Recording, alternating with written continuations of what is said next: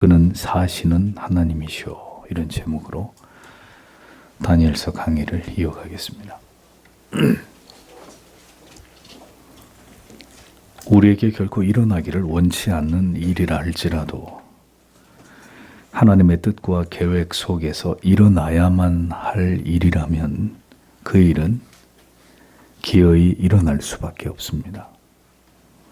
우리는 그 모든 일들이 왜 일어나야만 하고 그 너머에 어떤 결과가 우리를 기다리고 있는지 알 수 없기 때문에 고난과 불행과 시련이 우리에게 다가오는 것을 좀처럼 환영하지 못합니다. 그러나 먹구름 위에는 여전히 태양이 빛나고 있듯이 그 모든 일들을 통해서 하나님께서는 하나님의 뜻을 이루시고 하나님의 영광을 드러내고야만은 하나님이십니다. 우리가 생각한 것보다 훨씬 더 좋은 결과를 예비하고 계시는 우리의 아버지가 되십니다. 하나님께서 함께 하시지 않는 삶은 인생의 그 과정은 만족스러울 수 있습니다. 그러나 결과는 반드시 절망스럽게 되어 있습니다. 하나님께서 함께 하시는 자의 그 인생의 과정은 때로 견디기 힘들 만큼 고통스러울 수 있습니다. 그러나 그 결과는 매우 영광스럽고 찬란합니다. 과정도 고통스럽고 결과도 고통스럽다면 이것은 최악의 경우일 것입니다. 죄가 그렇게 우리의 인생을 고통스럽게 한다는 것을 세상을 살아가는 사람들의 삶이 그것을 고스란히 우리들에게 보여줍니다. 그러나 그리스도인은 가장 아름다운 결말이 보장된 자들입니다. 그것을 확신하며 오늘도 어떤 고난과 시련과 핍박이 있더라도 한 걸음 한 걸음 계속 앞을 향해 나아가는 것이 바로 성도의 삶입니다. 아무것도 염려하지 말고 오직 모든 일에 기도와 간구로 너희 구할 것을 감사함으로 하나님께 아뢰라. 그리하면 모든 지각에 뛰어난 하나님의 평강이 그리스도 예수 안에서 너희 마음과 생각을 지키시리라. 무너지는 마음에 이러한 진리의 말씀 한 구절 굳게 붙들고 일어서서 계속 달려가는 사람들이 바로 하나님의 사람들입니다. 피할 수 없는 위기 앞에 이제 하나님의 사람 다니엘은 서게 되었습니다. 하나님께서는 우리를 사랑하시지만 때로 우리를 이렇게 벼랑 끝으로 이끌기도 하신다는 사실을 여러분은 분명히 기억하십시오. 하나님은 우리를 결코 어떤 위험 가운데도 처하지 않게 하시겠다라고 말씀하신 적이 없습니다. 이사야 43장 2절에 내가 물 가운데로 지날 때 내가 함께 할 것이라. 강을 건널 때에 물이 너를 침몰치 못할 것이며 내가 불 가운데로 행할 때에 타지도 아니할 것이요 불꽃이 너를 사르지도 못하리니 라고 약속하셨다는 것을 우리는 기억해야 합니다.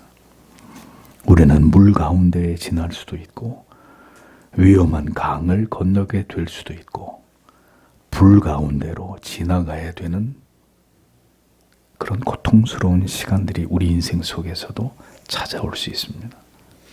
문제는 그 모든 시간 속에 하나님이 동행하시겠다고 약속해 주셨다는 사실입니다. 사망의 음침한 골짜기 같은 곳으로 어리석고 고집스러운 양은 자신도 모른 채 그곳까지 이르게 되어 위험에 노출된 채 방황할 수도 있습니다. 그러나 선한 목자는 반드시 그 양을 찾아낼 것이고 지팡이와 막대기로 맹수로부터 그 양을 지켜내고야 말 것입니다. 이제 우리는 하나님께서 다니엘이 당한 이 위기를 통해 어떻게 하나님께서 영광을 받으시는지를 보게 될 것입니다. 우리는 다니엘에게 찾아온 이 절체절명의 순간에서 가장 먼저 이방의 왕 다리오의 그 입술을 통해서 놀라운 고백을 듣게 됩니다. 16절을 보십시오. 그때 왕이 말했다. 그리고 그들이 다니엘을 데려왔다. 그리고 그들이 사자들의 굴에 던졌다. 왕이 다니엘에게 대답하고 말한다. 내가 계속하여 그분에 대해 섬기는 너의 하나님 그분께서 너를 구원하실 것이다. 이렇게 기록이 되어 있습니다. 다리오는 이미 정직하고 성실한 다니엘의 삶을 통해서 그가 믿고 있는 하나님의 존재에 대해서 알고 있었습니다. 이는 다니엘의 거룩한 삶이 이미 이방의 왕에게까지 깊이 영향을 미치게 되었다는 증거가 됩니다. 하나님이 다리오의 마음을 만지신 것을 볼 수 있습니다. 다리오는 이제 다니엘에 대한 마음을 숨기지 않습니다. 다리오가 이렇게까지 말하고 있다는 것은 다니엘의 그 비범함이 그가 믿는 하나님께로부터 말미암은 것임을 다리오도 알고 있었다는 의미가 됩니다. 다니엘에 대한 다리오의 마음은 다른 모든 신하들을 합한 것보다도 더 큰 것이었다는 사실을 보게 됩니다. 하나님을 높이는 자, 하나님께서 왕의 마음까지 다니엘을 위해 움직이신 것을 보게 됩니다. 그를 지극히 높이고 총애하게 만드셨습니다. 믿음이 없으면 우리는 사람을 탓하고 환경을 탓합니다. 누구 때문에, 무엇 때문에 내가 내 인생이 이렇게 되었다 하고 핑계를 둘러댑니다. 그러나 하나님의 뜻에 합한 사람들을 보십시오. 그들은 하나님을 의지했고 하나님께서는 범사에 그를 도우셨고 그를 위해 사람들의 마음까지 움직이셨던 것을 성경은 우리에게 보여줍니다. 모든 일에 하나님을 신뢰하십시오.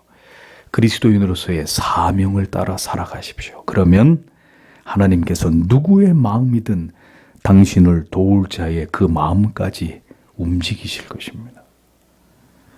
왕은 매우 안타까워하고 애달픈 마음으로 사자굴로 끌려가는 다니엘에게 말합니다. 너의 항상 섬기는 내 하나님이 너를 구원하시리라.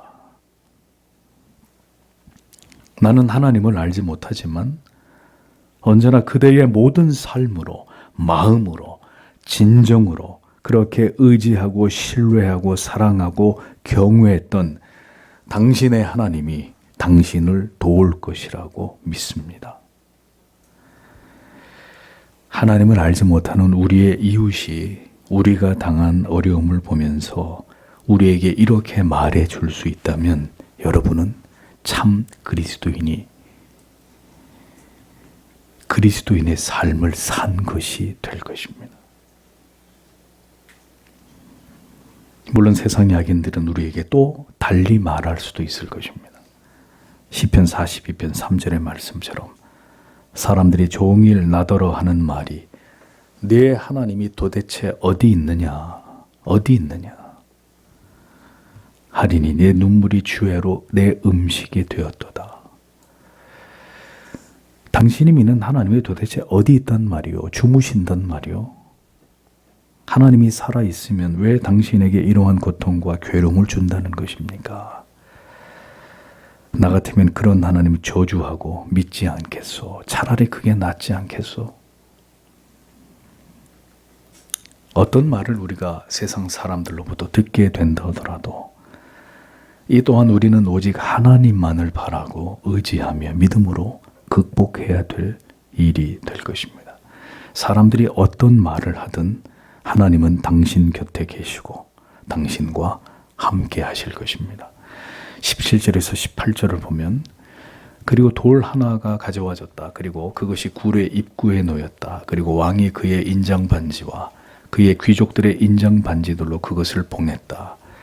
다니엘에 대해 사항이 바뀌지 않도록 그때 왕이 그의 왕국으로 떠났다. 그리고 그가 단식하면서 밤을 지새웠다. 그리고 그가 악기들을 그의 앞에 들여오지 않았다. 그리고 그의 잠이 그에게서 달아났다. 이렇게 직역이 됩니다. 다니엘을 사자굴에 넣은 뒤 굴의 입구를 돌로 막고 이 돌을 누구도 함부로 옮기지 못하도록 하기 위해서 왕이 어인을 찍었습니다. 또 다니엘을 고소한 고관들, 귀족들까지 인을 쳐서 봉했다고 적고 있습니다. 이제 이후로 어떤 다른 조치도 그 효력을 발휘하지 못하도록 하는 장치로 다니엘을 반드시 제거하려는 사악한 자들의 의지가 이토록 강력했다는 사실을 보여주는 것이죠. 이렇게 자신이 발효한 금령에 의해서 다니엘을 사자굴에 던져 넣은 뒤 황궁한 다리오는 늦은 밤까지 음식을 입에 대지 않았습니다. 또 궁중에서의 모든 오락을 금한 채 그 밤을 꼬박 지새우게 됩니다.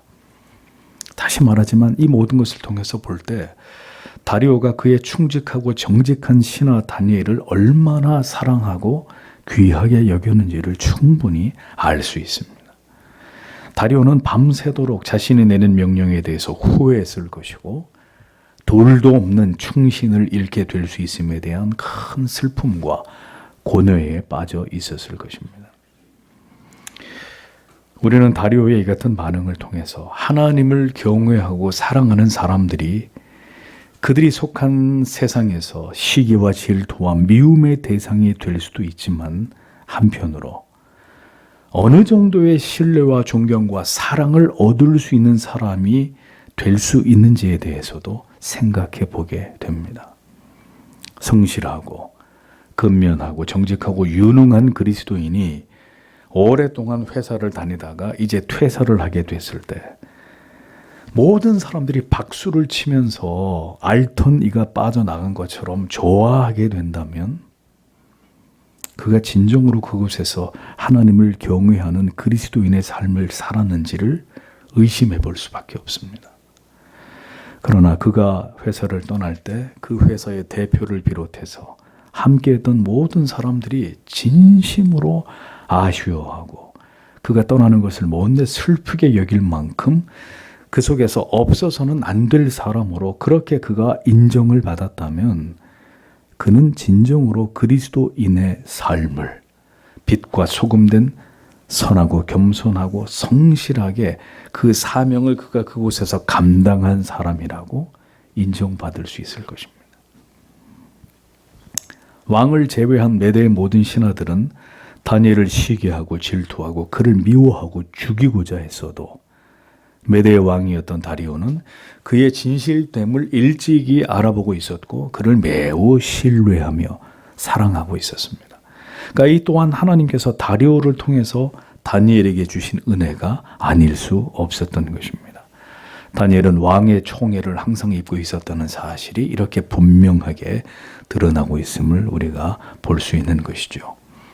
여러분은 여러분이 있는 곳에서 하나님을 알지 못하는 자들 사이에서도 없어서는 안 될 사람들로 이렇게 기억되고 계십니까? 만약 그렇지 않다면 그리스도의 복음이 우리를 통해서 믿지 않는 가족들에게, 회사의 동료들에게, 그리고 이 세상에 전파되는 것을 기대할 수는 없을 것입니다. 뜬 눈으로 다니엘을 염려하고 그를 잃게 될까 슬퍼했던 다리오의 이후의 행적이 성경에 계속 기록되어 있습니다. 19절에서 20절을 보겠습니다. 그때 왕이 동틀녘 새벽에 일어난다. 그리고 그가 서둘러서 사자들의 굴로 갔다. 그리고 그가 굴로 다니엘에게 가까이 갈 때 그가 몹시 슬픈 소리로 소리질렀다. 왕이 대답하고 다니엘에게 말한다. 살아계시는 하나님의 종 다니엘, 너의 하나님은 그분에 대해 계속해서 네가 섬기는 분이시다. 그분께서 사자들로부터 너를 구원하실 수 있으셨느냐? 이렇게 기록이 되어 있습니다.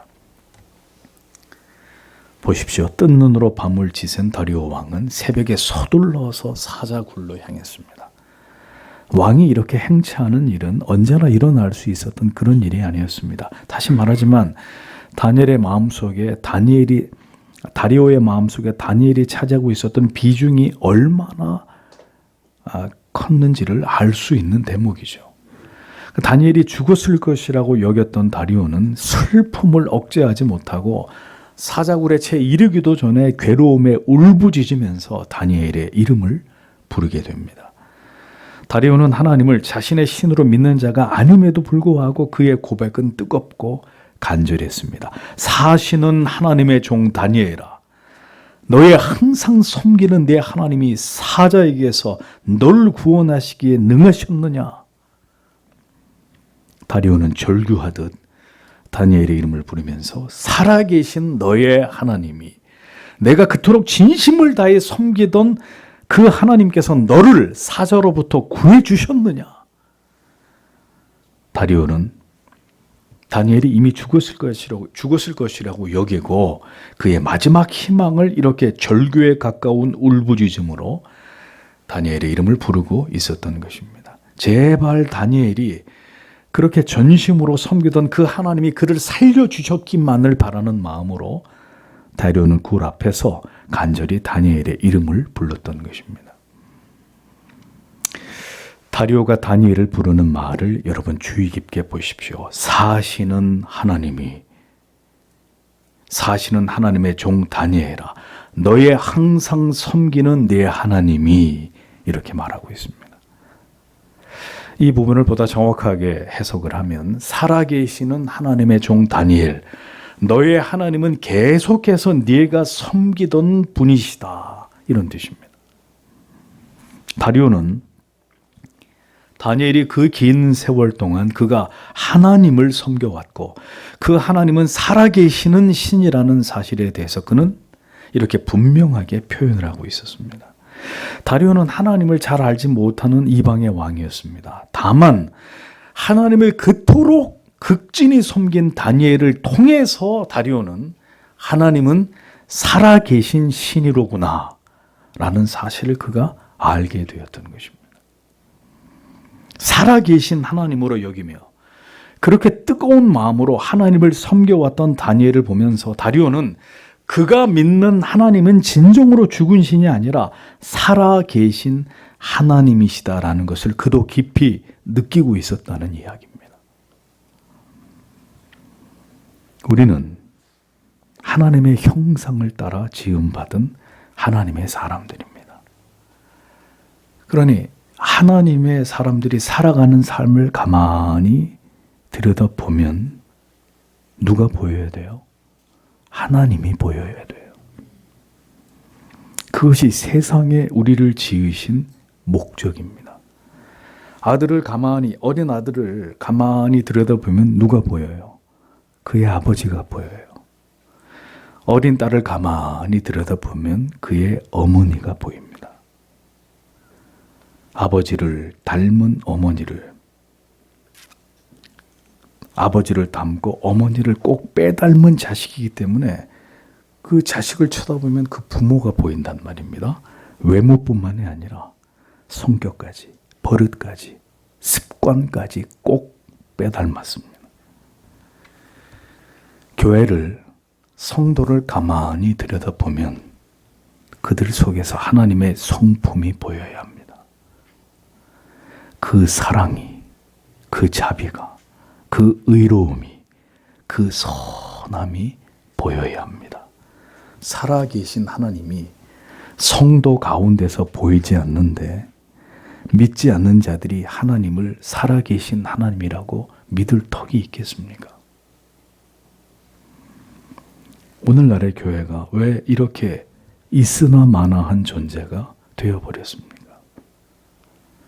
왜 그리스도인들이 세상에서 혐오의 대상이 되어가고 있습니까?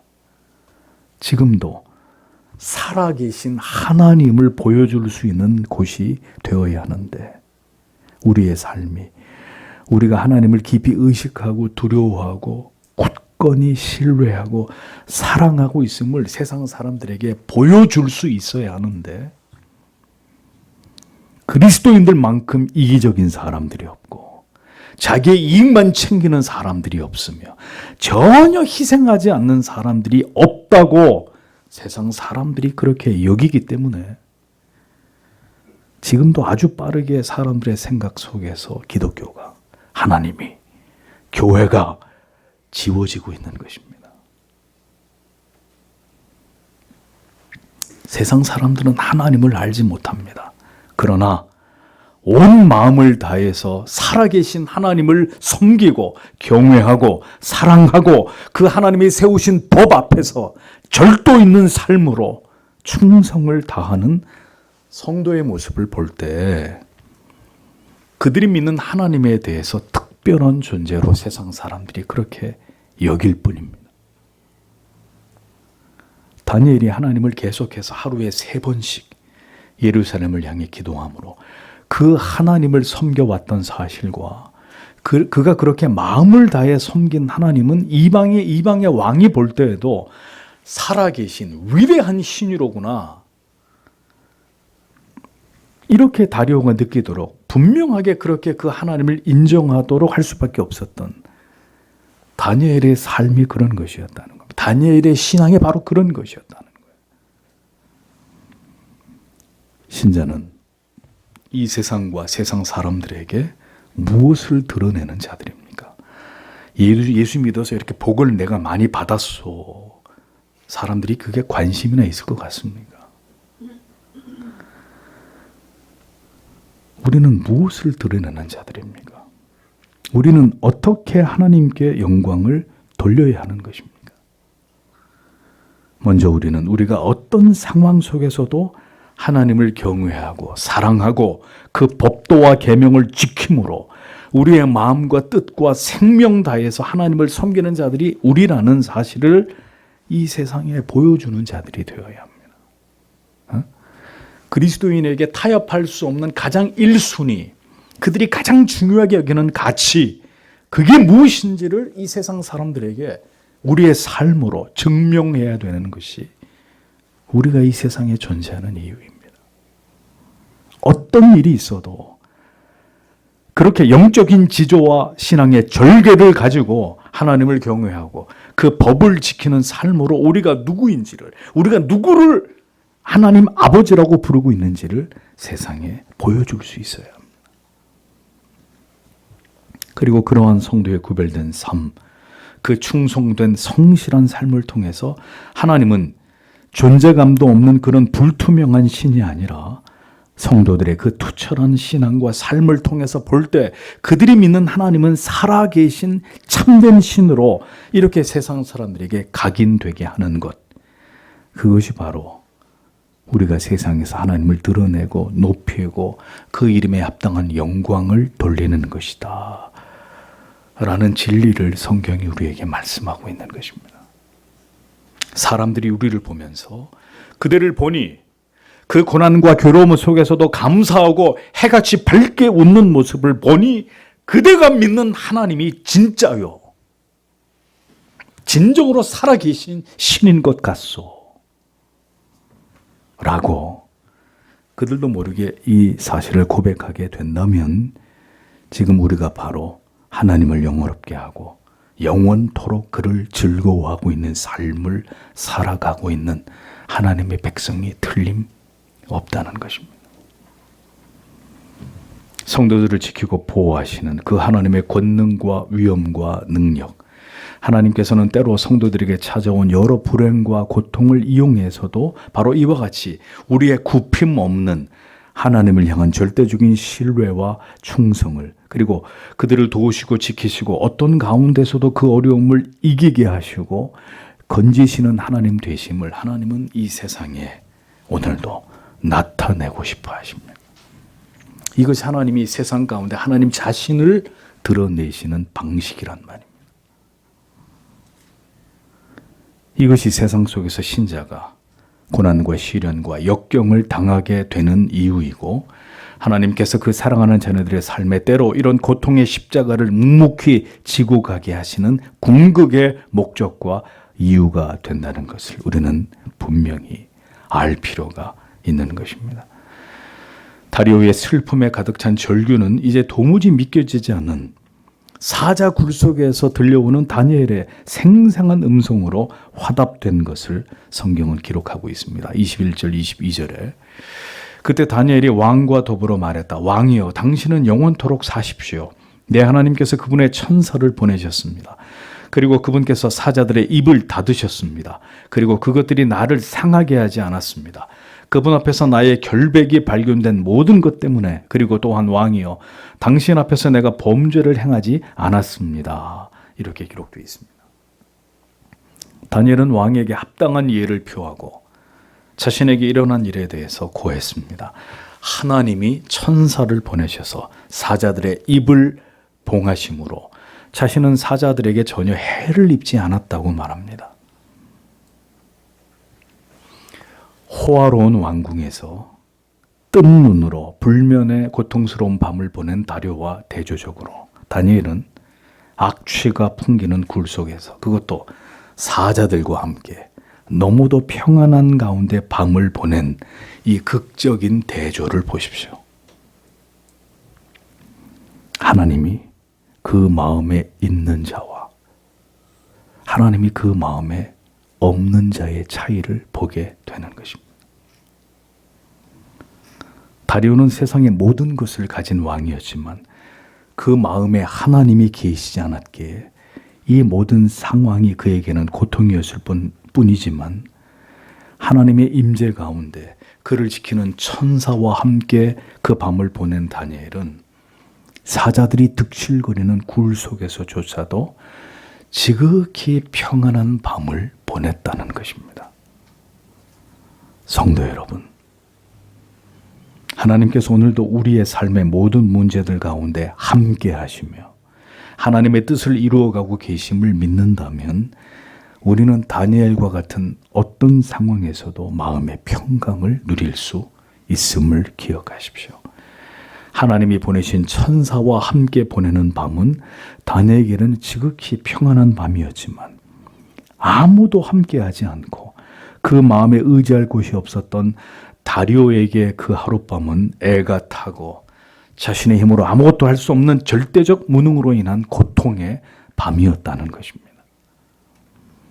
인생이 하나님을 의지하여 살아가면 사랑하시는 자에게 주시는 평안한 잠으로 언제나 피곤한 하루의 끝에 평안하고 안락한 밤을 지낼 수 있어도 하나님을 의지하지 않으면 내 자신을 의지하여 살아가는 때는 내 능력으로 아무것도 이룰 수 없는 괴로움과 두려움으로 하얗게 지새우는 고통의 밤을 매일 맞이할 수도 있다는 것을 기억하셔야 합니다. 참된 평안은 물질의 소유에서 오는 것이 아니라 하나님을 소유한 것에서 오는 것입니다. 이것을 지금 그대가 깨닫지 못한다면 그 모든 물질을, 그 모든 평안을 모두 잃어버리게 됨으로써 비로소 그것을 깨닫게 될 겁니다. 다니엘은 매우 여유롭게 다리오 왕에게 문안 인사를 하며 하나님께서 그의 천사를 보내어 사자의 입을 봉하고 자신을 구하셨다는 사실을 분명하게 왕에게 고했습니다. 이 놀라운 일을 하나님께서 행하셨다는 것을 가장 먼저 왕에게 다니엘은 말합니다. 내 하나님이 너를 구했느냐? 네, 그렇습니다. 내 하나님이 저를 구하셨습니다. 세상이 우리에게 그대가 믿는 하나님이 언제나 그대와 함께 하시고 도우시고 지키시고 보호하는가? 라고 물을 때 우리의 대답은 그렇소. 살아계시는 하나님께서 언제나 나를 지키시고 나를 건지시고 나를 보호하실 것이요 라고 당당히 말할 수 있는 그런 우리의 삶과 우리의 신앙이 되어야 합니다. 자신은 아무런 죄가 없으므로 하나님께서는 천사를 보내서 자기를 지켜주셨다고 다니엘이 말합니다. 다니엘은 사람이 아니라 하나님 앞에서 그 자신이 무죄하였음을 고백하므로 그가 진정으로 두려워하고 언제나 의식하는 대상이 자기가 믿는 하나님뿐이라는 사실을 숨기지 않고 있었습니다.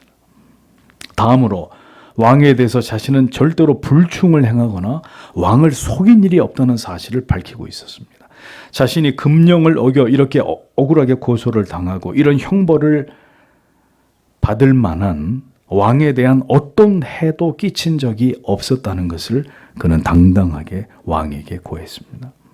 자신이 살아남게 된 것은 자신의 죄로 인해 하나님께 심판을 받을 어떤 이유도 없었기 때문이며 또 자신은 왕에 대해서 어떤 잘못도 저지른 적이 없으므로 자기의 결백을 이렇게 증명하고 스스로를 다니엘이 변호하고 있었던 것입니다. 하늘의 재판정에서 다니엘은 무죄가 선고되었던 것입니다. 하나님 앞에서도 죄가 없고 다리오에 대해서도 그는 무죄했다는 것이죠. 여러분, 다니엘의 이름의 뜻이 무엇입니까? 나의 하나님은 심판자이시다, 이런 뜻입니다. 그는 그 이름대로 하나님 앞에서, 그를 심판하시는 하나님 앞에서 무죄한 자였고, 그는 그렇게 살았던 하나님의 종이었다는 사실을 증명한 것입니다. 우리가 당하는 어떤 고난과 역경이든 핍박과 멸시든 그것이 우리의 잘못이나 죄로 인한 것이라면 우리는 그에 대해서 아무런 할 말이 없을 수밖에 없습니다. 그러나 우리가 진정으로 무죄하고 하나님 앞에서, 사람 앞에서 그릇됨이 없었다면 우리는 이 모든 일들을 통해서 하나님이 영광을 받으시며 우리의 모든 억울함은 결국 해소되고 우리의 명예는 다시 회복될 것이라는 사실을 믿어야 합니다. 왜? 하나님이 그렇게 되어져 가도록 하실 것이기 때문에. 결국 성도의 모든 억울함을 신원해 주시고 회복시키시는 하나님이십니다. 하나님께서는 그렇게 이 기가 막힌 반전과 능력으로 하나님의 위대하심을 이 땅에 드러내십니다. 사람들은 이러한 기적 같은 일들을 보고 들을 때 하나님의 존재하심을 부인할 수 없게 됩니다. 그럼에도 불구하고 그들이 하나님을 믿지 않을 때 그 모든 책임은 그들에게 있는 것입니다. 다니엘이 살아있었고 그가 한 말을 모두 들은 다리올은 감당하기 힘든 기쁨을 느끼게 된 동시에 이제 누구도 막을 수 없는 강력한 두려운 분노를 드러내게 됩니다. 23절에서 24절을 보십시오. 그때 왕이 그에 대해 크게 기뻐했다. 그리고 그가 다니엘을 굴로부터 올리기를 명령했다. 그리고 다니엘이 굴로부터 올려졌다. 그리고 어떤 상처도 그에게서 발견되지 않았다. 그가 그의 하나님에 대해 신뢰했기 때문이다. 그리고 왕이 명령했다. 그리고 그들이 그의 조각들을 삼킨 이 사람들을 데려왔다. 그리고 그들의 자녀들과 그들의 아내들을 사자들의 굴로 던졌다. 그리고 그들이 굴의 밑바닥에 닿지 않았다. 사자들이 그들에 대해 덮칠 때까지. 그리고 그들이 그들의 모든 뼈들을 산산조각냈다라고 기록되어 있습니다. 굴 속에서 들려오는 이 다니엘의 목소리에 다리오는 뛸 듯이 기뻐했습니다. 그리고 즉시 그를 굴에서 건져 올릴 것을 명했습니다. 그러자 다니엘에게서는 어떤 상한 흔적도 발견되지 않았다는 것입니다. 그 흘린 냄새조차도 옷에서 나지 않았던 다니엘의 새 친구처럼 말입니다. 성경은 이 모든 일이 그가 하나님을 신뢰했기 때문이다라고 못 박아 말씀하고 있습니다. 하나님에 대한 전적인 신뢰와 의지, 하나님께서 가장 우리 안에서 확인하고자 하시는 것이고 우리에게 가장 분명하게 각인시켜 주기를 원하시는 바가 바로 이것입니다. 신앙의 목적과 목표는 무엇입니까? 고두절미하고 하나님에 대한 절대적 신뢰입니다. 히브리서 11장 6절이 뭐라고 말씀하셨죠? 믿음이 없이는 기쁘시게 못하나니 하나님께 나아가는 자는 반드시 그가 계신 것과 또한 그가 자기를 찾는 자들에게 상 주시는 이심을 믿어야 할지니라 라고 말씀했습니다. 하나님을 절대적으로 신뢰하고 의지하는 자를 기뻐하시고 그를 사랑하십니다. 하나님의 지으신 모든 존재들이 절대 의존적 존재로 그들의 삶을 하나님 앞에서 살아가기를 하나님은 원하십니다. 그러하게 하나님께서는 오늘도 하나님의 섭리 가운데 하나님께서 주신 고난과 시련 가운데서 절대로 낙심하거나 절망하지 않고 하나님을 간절히 바라고 구하며 믿음이 더욱 확고해지기 위한 그 모든 시험을 인내하는 모든 자들을 하나님은 사랑하시고 그들과 함께 하시는 아버지십니다. 믿음의 대헌장인 히브리서 11장을 보십시오. 믿음으로 하나님의 사람들이 이 땅에서 어떤 삶을 살았고 어떤 일들을 감당했는지, 그들이 어떻게 하나님께 영광을 돌릴 수 있었는지를 동판에 새기듯 빼곡히 기록해 놓고 있는 것을 볼 수 있습니다.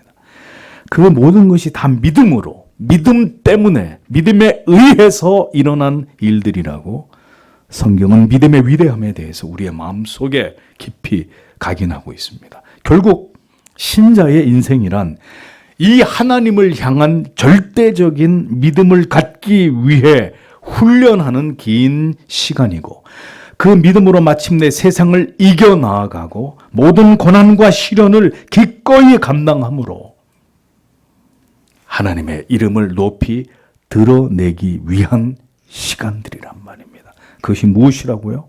성도의 인생이라는 것입니다. 우리의 인생이 바로 그런 의미가 있는 것이라는 거죠. 다리오는 상처 없이 살아 돌아온 다니엘로 인해서 크게 기뻐했습니다. 그리고 다음 순간 무죄한 그를 이렇게 함정에 빠뜨려 그를 죽이고자 한 자들에게 두려운 징벌을 내립니다. 그것은 다니엘을 참소한 자들의 아내와 자식들까지 모두 사자굴에 던져 넣으라고 하는 지엄한 명령이었습니다. 사자굴에 던져졌던 자들은 사자굴로 떨어지면서 이 믿겨지지 않는 일이 일어나는 것에 대해서 절망하고 황망해하면서 사자의 이빨에 의해서 그들이 굴에 떨어지기도 전에 갈갈이 찢겨지고 부서져 버렸습니다. 이것이 하나님의 백성을 보호하시며 그 대적을 멸하시는 하나님의 공의이고 심판입니다. 오늘도 이 죄악 많은 세상에서 교회와 성도들은 이 모양 저 모양으로 억울한 일을 당하게 되고 그로 인해 핍박과 박해와 불이익을 당하게 되는 일들을 겪게 됩니다.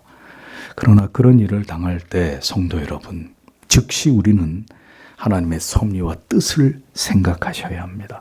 이 상황에서 우리가 어떻게 말하고 행동하는 것이 하나님의 영광을 드러내는 것인지를 고민하고 기도하며 이 모든 상황을 하나님께 맡기고 우리는 믿음으로 이 모든 일들을 감당하는 자들이 되어야 합니다.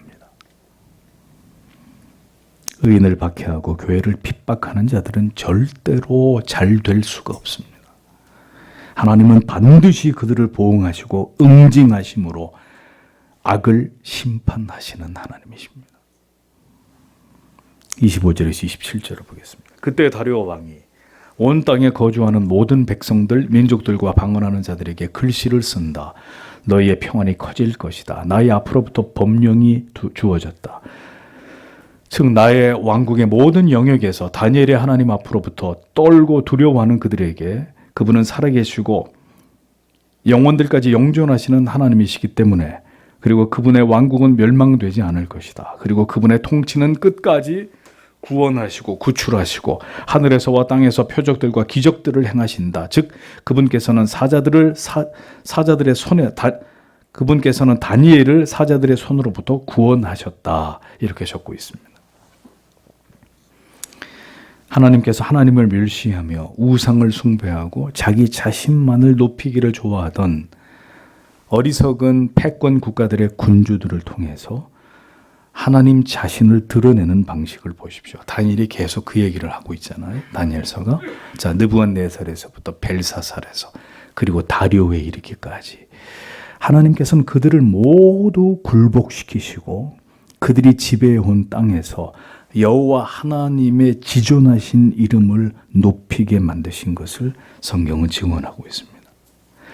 다리오는 메대의 온 땅의 백성들에게 그리고 그가 지배하는 이방의 민족들에게도 조서를 내립니다. 그 내용은 자신이 통치하는 관할 아래의 모든 백성들은 이제부터 모두 다니엘의 하나님 앞에 떨며 두려워해야만 될 것이다 라고 공언하고 있었습니다. 이어 여호와 하나님에 대해서 그는 말하기를 그는 사시는 하나님이시오 영원히 변치 않으실 자시며 그 나라는 망하지 않을 것이요 그 권세는 무궁할 것이며 그는 구원도 하시고 건져내기도 하시고 하늘에서든 땅에서든 이적과 기사를 행하시는 자로서 다니엘을 구원하여 사자의 입에서 벗어나게 하신 분이요. 이 누가 하는 얘기죠? 메대의 왕 다리오가 하는 얘기입니다. 누구에게? 자기 백성들에게. 다니엘이 한 얘기가 아닙니다. 다니엘이 느부갓네살의 꿈을 해몽하자 느부갓네살이 충격을 받으면서 하나님에 대해서 어떻게 고백했습니까? 2장 41절에 너희 하나님은 참으로 모든 신의 신이시오 모든 왕의 주제이시로다. 내가 능히 이 은밀한 것을 나타내었으니 내 하나님은 또 은밀한 것을 나타내시는 자시로다 라고 말했던 것을 기억하실 것입니다. 다니엘의 세 친구가 품위에서 살아 돌아왔을 때도 느부갓네살이 뭐라고 했습니까? 다니엘서 3장 28절 29절에 사드락과 메삭과 아벳느고의 하나님을 찬송할지로다. 그가 그 사자를 보내서 자기를 의뢰하고 그 몸을 버려서 왕의 명을 거역하고 그 하나님 밖에는 다른 신을 섬기지 아니하며 그에게 절하지 아니하는 종들을 구원하셨도다. 그러므로 내가 이제 조서를 내리노니 각 백성과 각 나라와 각 방언하는 자가 무릇 사드락과 메삭과 아벳느고의 하나님께 설만이 말하거든 그 몸을 쪼개고 그 집으로 걸음터를 삼을지니 이는 이같이 사람을 구원할 다른 신이 없음이니라 라고 기록한 것을 볼 수 있습니다. 이방의 우상을 숭배하며 교만하기 이를 데 없었던 왕들이 하나같이 여호와 하나님께 굴복되고 백성들에게 이 하나님이 어떤 분이신지에 대해서 상세하게 전파하면서 이 하나님을 경외하고 존귀하게 여길 것을 엄히 명했던 이 성경의 기록을 보십시오. 결국 하나님이 원하시는 것이 바로 이것이었음을 우리는 깨닫게 됩니다. 하나님께서는 고대 근동의 패권 국가의 군주들조차도 굴복시키시고 하나님의 이름을 들어보지 못한 이방의 나라에까지 여호와 하나님의 이름이 높임을 받으시도록 역사하셨습니다. 이것이 다니엘과 그리고 세 친구들이 그곳에 존재하고 있었던 이유였습니다. 아기창궐하고 우상들을 숭배하며 하나님의 이름을 멸시하고 조롱하던 왕과 그 백성들이 여호와 하나님의 이름 앞에 모두 두려워 떨며 복종시키기를 원하신 하나님께서 모든 시대마다 하나님을 지워버리려고 하는 바로 작금의 이 시대에 이르기까지 하나님께서는 여전히 하나님의 이름이 높임을 받으시기를 기뻐하시는 분이시라는 것을 성도 여러분 분명히 아셔야 합니다. 이것은 우리가 예수를 믿는 이유와 그 궁극의 목적과 아주 밀접한 관련이 있기 때문입니다. 성경이 이 진리를 말씀하고 있다면 모든 시대를 살아가야 했던 그리스도인들에게 가장 중요한 사명이 무엇이어야 할까요?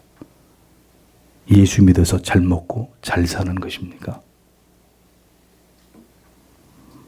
이 죄악 많은 세상 속에서 오직 하나님을 영원롭게 하고 영원토록 그 하나님 한 분만으로 즐거워하는 삶을 살아내는 것이고 그 믿음과 삶을 통해서 세상에서 당당히 하나님의 존재하심을 드러내고 알리는 것이 바로 이 시대에 우리가 성도로 부름받은 궁극의 이유라는 사실을 성도 여러분 어떤 시대가 와도 이 진리를 잊어서는 안 됩니다.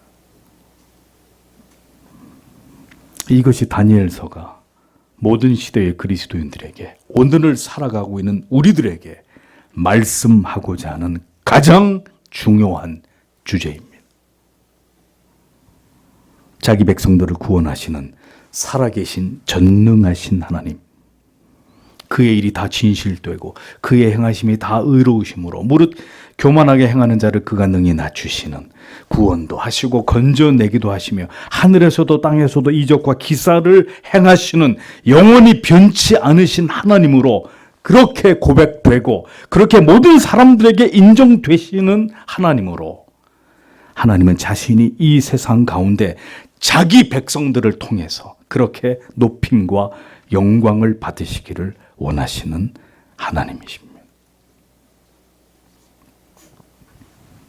성도 여러분, 다니엘서에 기록된 이방의 왕들이 하나님을 어떻게 묘사하며 하나님께서 어떤 분이신지를 그 백성들에게 공포하고 있는지를 분명히 보십시오.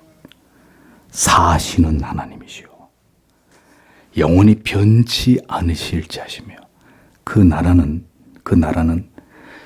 금부터 시작해서 저 흙까지 다니엘이 얘기하는 이 종말론적인 역사관 속에 드러나는 모든 그 나라들은 다 부서지고 깨지고 무너져도 오직 하나님의 나라, 메시아의 왕국, 그 나라는 절대로 망하지 않을 것이고 그 권세는 무궁할 것이며 그는 구원도 하시고 건져내기도 하시고 하늘에서든 땅에서든 이적과 기사를 행하시는 자, 다니엘을 사자들의 입속에서 구원해내신 자라고 다리오가 말을 합니다. 모든 백성들에게 살아계신 위대한 하나님을 공포하는 이 왕들의 그 입술의 고백을 보십시오. 누가 그렇게 말하게 하는 것입니까? 하나님이 그 이방의 왕들의 입을 열어서 이 하나님이 어떤 분인지를 온 세상에 알리는 도구로 쓰시는 것입니다. 그것이 하나님의 계획이었던 것입니다. 이 땅의 모든 나라와 그 권력들은 허무하기 이를 데 없어도 오직 하나님의 나라는 망하지 않으며 그 권세는 영원무궁함을 인생들이 알아서 그 영원한 나라를 바라고 소망하게 되기를 원하시는 것이 바로 하나님의 마음이시라는 것을 우리는 알 수 있는 것입니다. 그리고 그러한 메시지를 이 세상에 쓰시기 위해 하나님께서는 자기 백성들을 모든 시대마다 불러 모아서 그곳에 교회를 세우시고 그 힘있게 그 위대한 진리가 선포되게 하심으로 그 사명을 위해 살아가게 하시는 하나님이십니다. 그러므로 우리가 존재하는 목적에 관해서 우리는 그 모든 것이 하나님의 영광을 위함이라는 것을 분명하게 깨닫는 자들이 되어야 하고 이 진리를 바르게 가르치는 교회를 통해서 우리의 믿음이 그것을 지향하며 성장해 나아가는 것을 사모해야 되는 것입니다. 그런데 이 진리를 이렇게 전하지 않는 교회들이 너무 많다는 것입니다. 하나님은 당신이 행복하기를 바라십니다. 하나님은 당신이 하는 모든 일이 다 잘 되기를 바랍니다. 이 세상에서 그저 잘 먹고 잘 살고 편안하게 살다가 하나님 앞에 오는 것을 하나님이 바라십니다 라고 가르치는 교회들이 이 세상에 얼마나 많냐는 말입니다.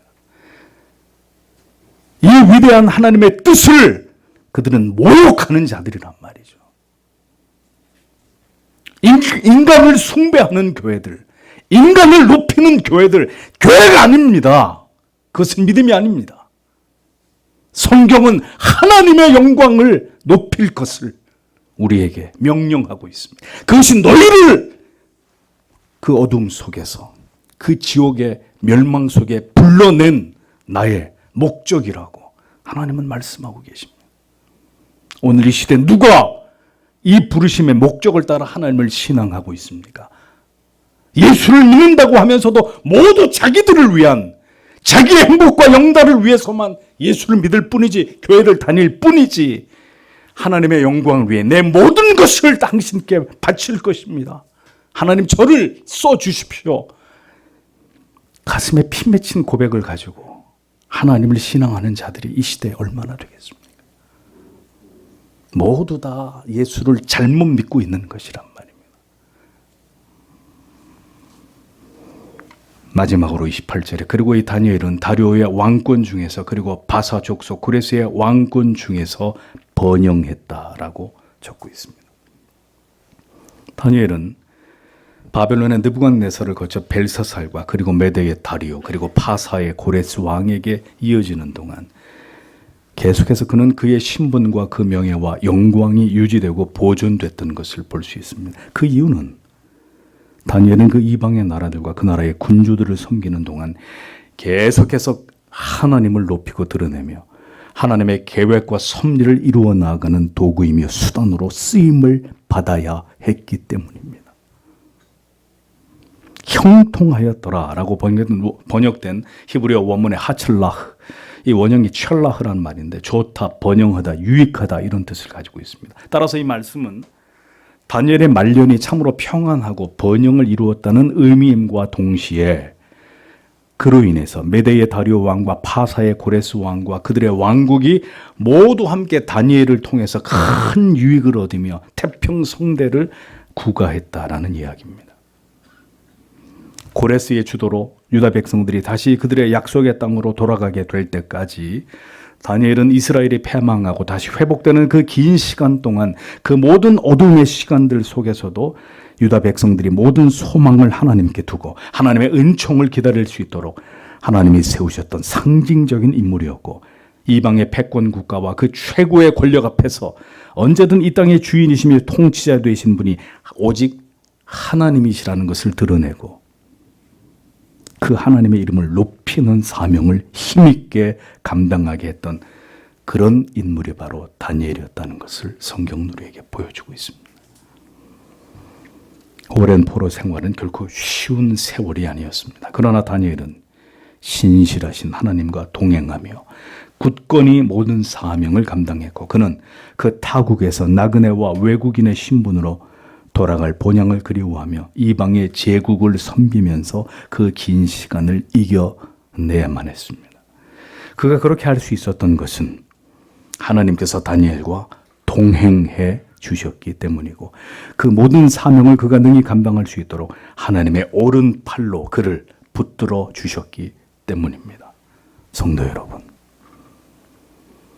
이 땅에서의 우리의 삶도 다니엘처럼 어떻게 보면 이방인과 같고 외국인과 같은 삶입니다. 이 세상은 우리의 본향이 아니고 우리는 영원한 본향을 향해서 오늘도 한 걸음 한 걸음 나아가는 순례자요 나그네일 뿐입니다. 믿음을 지키면서 이 세상에서 살아가는 신자의 삶은 결코 쉬운 길이 아닙니다. 여러 위험과 불이익과 핍박과 조롱을 감수해야 되는 힘든 여정입니다. 세상은 믿음의 길을 걸어가는 성도의 삶을, 그 인생을 가만히 내버려 두지 않습니다. 어떻게든 회방하고 방해하고 그 길을 좌절시키고 하나님과 분리시키고자 하는 일들을 끊임없이 노력하는 곳이 공중의 권세 잡은 사탄 마귀가 지배하는 이 세상이란 말입니다. 그러나 성도 여러분, 우리는 오늘도 우리를 견인하고 계시는 하나님의 전능하신 팔에 붙들려 있는 존재라는 것을 기억하십시오. 세상이 우리를 증오하고 혐오할지라도 하나님이 허락지 아니하시면 우리는 사자굴 속에서도 안전한 밤을 보냈던 다니엘처럼 세상은 절대로 성도와 교회를 해할 수 없을 것입니다.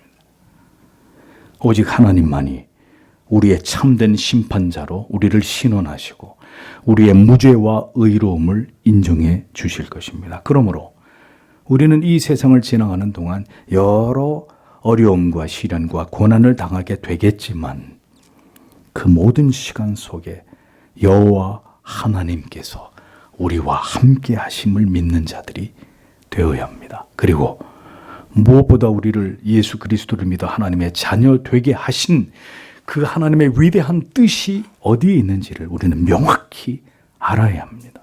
알아야 합니다. 그것을 모른 채로 교회를 다니고 이 땅에서 살아가는 삶은 지극히 어리석고 지혜 없는 무가치한 삶이 될 뿐입니다. 신자에게 자기의 영광, 자기의 행복, 자기의 성공이라는 단어는 어울리지 않습니다. 오직 하나님께 영광이라는 목적 위에 그런 것들이 절대로 위에 있을 수 없습니다. 그렇게 오늘도 하나님을 믿고 있고 그 이유 때문에 만약에 교회를 다니고 있다면, 교회 왜 다니? 예수 믿어. 예수 믿으면 행복해. 다 잘 돼. 복 주셔. 아픈 사람 아무도 없고 우리 다 건강하게 잘 살아. 그런 이유 때문에 여러분들이 교회를 다니셨다면 그 믿음은 가짜입니다. 가짜. 네. 그런 믿음은 반드시 배도하게 되어 있습니다. 다니엘서를 통해서 무엇이 하나님께서 원하시는 삶이고 사명이고 인생의 목적인지를 주께서 사랑하시는 성도 여러분, 가슴에 새기십시오. 하나님의 은혜를 구하십시오. 이것이 분명하게 영혼에 각인되지 않으면 성경이 말씀하고 있는 성도의 삶을 이 땅에서 감당하실 수 없게 되실 것입니다. 한 사람의 그리스도인이 하나님의 영광을 높이기 위해 존재하고 그렇게 그 모든 대가를 지불하게 되자 그의 모든 시대가 그가 섬기던 나라들까지 태평해졌다는 사실을 성경이 증언합니다. 그럼 오늘 우리의 사명, 우리의 존재의 목적은 무엇일까요? 이 혼란스러운 나라를 위해, 이 죄악이 창궐한 시대를 위해 우리가 할 수 있는 일은 무엇일까요? 우리가 바로 하나님 앞에서의 한 사람의 참 예배자, 참 성도, 오직 하나님께 영광을 돌리는 진정한 그리스도인의 삶을 우리가 살아가는 것입니다. 그것 때문에 존재하는 것입니다. 다른 사람, 다른 이야기를 할 이유가 없고, 다니엘 한 사람을 통해 하나님이 그 시대를 하나님께서 평안케 하셨다면, 대통령 정치인들 욕할 문제가 아닙니다. 성도 여러분, 나 한 사람이 그 하나님 앞에서 참 예배자로 서 있는 것입니다.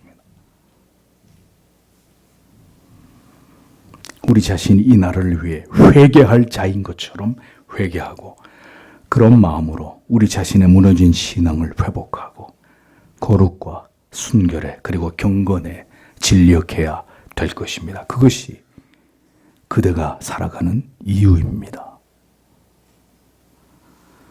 다니엘은 사자굴 속에서 전혀 해를 입지 않고 살아날 수 있었습니다. 그러나 성도 여러분, 사자굴에서 건져주신 하나님께서 많은 이름 없는 순교자들은 그들을 그 위험으로부터 건져내지 않으셨다는 것을 또한 기억하셔야 합니다. 결국 죽음까지도 두려워하지 않으며 믿음을 지켜 순교의 제물이 되었던 수많은 영혼들, 사자의 밥이 되기도 하고 불꽃 속으로 사라져가기도 하고 참수를 당하기도 하고 이 모양 저 모양으로 오늘에 이르기까지 박해와 핍박으로 죽임을 당하는 많은 그리스도인들이 지금도 존재하고 있다는 사실을 우리는 기억해야 할 것입니다. 이들은 다니엘보다 신실하지 못해서 다니엘 같은 믿음이 없어서 순교를 당한 것이 절대로 아닙니다. 이 또한 하나님께서 이 악한 세상 가운데서 영광을 받으시는 방법이기에 그들은 그렇게 목숨을 버리는 것으로 그 위대한 숭고한 희생의 길을 걸어가는 것입니다. 하나님이 그들을 순교의 제물로 받으신 것입니다. 성도 여러분, 우리가 살아가는 이 시대에 하나님께서는 하나님께서 받으셔야 될 영광을 위해 또 어떤 계획과 어떤 뜻을 가지고 계실지 우리는 그것을 알 수 없습니다. 그러나 다만 그런 하나님의 뜻이 어떻게든 우리 앞에 펼쳐지게 될 때 우리가 무엇을 선택해야 하고 우리가 어떤 길을 걸어가야 하는지는 분명히 성경을 통해 알게 되셨을 것입니다. 이제 우리에게 필요한 것은 무엇일까요? 내가 살아가는 이 시대 속에서도 하나님의 영광을 드높이기 위해 우리에게 믿음이 준비되기를 기도하셔야 합니다. 기도를 통해 다니엘을 준비시키셨고 하나님께서 그를 세우셨다면 오늘 우리도 기도의 골방을 사랑함으로 우리의 믿음이 다니엘처럼 이 시대 속에서도 하나님의 자녀로 부르신 그 사명을 감당해낼 수 있을 만큼 하나님 외에 무엇도 두려워하지 않을 수 있는 그 믿음이 될 수 있기를 기도해야 할 것입니다. 속절없이 세월이 흘러가고 있습니다. 우리는 무엇을 위해 살아가는 사람들이 되어야 할까요? 오늘도 하나님을 향한 그 믿음을 우리 안에 굳게 세우시기 위해 우리의 인생 가운데 저마다 겪게 하시는 크고 작은 시험들을 우리가 능히 이겨낼 수 있도록 오늘도 하나님만을 바라고 의지하는 우리의 삶이 되기를 우리는 기도해야 될 것입니다. 은혜의 방편을 더 굳게 붙들고 이 악한 시대 속에서도 하나님께서 부르신 성도로서의 그 사명을 감당해낼 수 있는 우리의 인생의 모든 남겨진 시간이 될 수 있기를 사모해야 될 것입니다. 인간이 하나님의 자리를 빼앗으려 하는 이 참남한 시대 속에서 오직 하나님께 영광을 돌리는 것을 그 존재의 이유와 목적으로 삼는 그들이 바로 이 시대의 다니엘입니다. 그 위대하신 하나님의 계획과 뜻이 있어 당신을 이 자리에 있게 하신 것임을 잊어버리지 마십시오. 어떤 시련과 시험과 박해와 핍박이 있어도 어떤 불이익과 희생이 우리에게 요구되더라도 이 진리를 결코 잊지 않으며 참된 믿음의 길을 걸어가시는 여러분 모두가 될 수 있도록 오늘도 하나님 앞에 간절히 기도하기를 원합니다. 기도하겠습니다.